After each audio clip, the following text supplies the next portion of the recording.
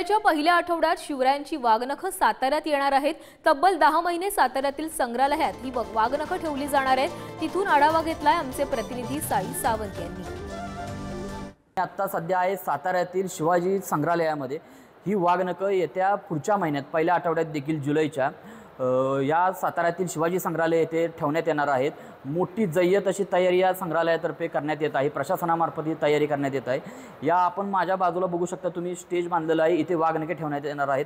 त्याचबरोबर या संपूर्ण परिसरामध्ये देखील CCTV कॅमेरे बसवलेले आहेत। रेलिंगची व्यवस्था करण्यात आलेली आहे। संपूर्ण या शिवाजी संग्रहालयाचं काम देखील आता अंतिम टप्प्यात आहे।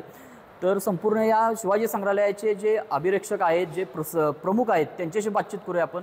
सर, काय सांगाल, कधी वाघनखं साताऱ्यात येत आहेत? स्वराज्याची चौथी राजधानी सातारा येथे प्रथमच लंडन म्युझियम येथून वाघनखे येत आहेत। ही आपल्या साताऱ्याच्या दृष्टीने अभिमानाची गोष्ट आहे। त्या दृष्टीने मी संग्रहालयातील त्याची शोकेस, त्याची सिक्युरिटी या गोष्टी मी पूर्ण केलेल्या आहेत। त्यामध्ये CCTV कॅमेरा आहे, सेन्सॉर आहे, मेन मुख्य दरवाजा असलेले पूर्ण आपण किल्ले दरवाजे त्या पद्धतीने दरवाजे तयार केलेला आहे आणि प्रत्येक ठिकाणी कुठे जे एंट्री असतील त्या ठिकाणी पूर्ण सुरक्षित केलेले आहे।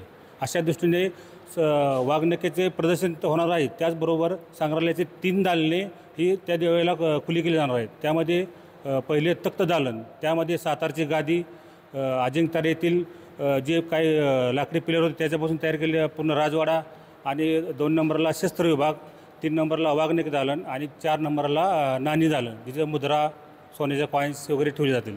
अशा प्रकारे 4 दालने ही साधारण त्या वेळेला खुली केली जाणार आहेत। साई सावंत, पुढारी न्यूज, सातारा।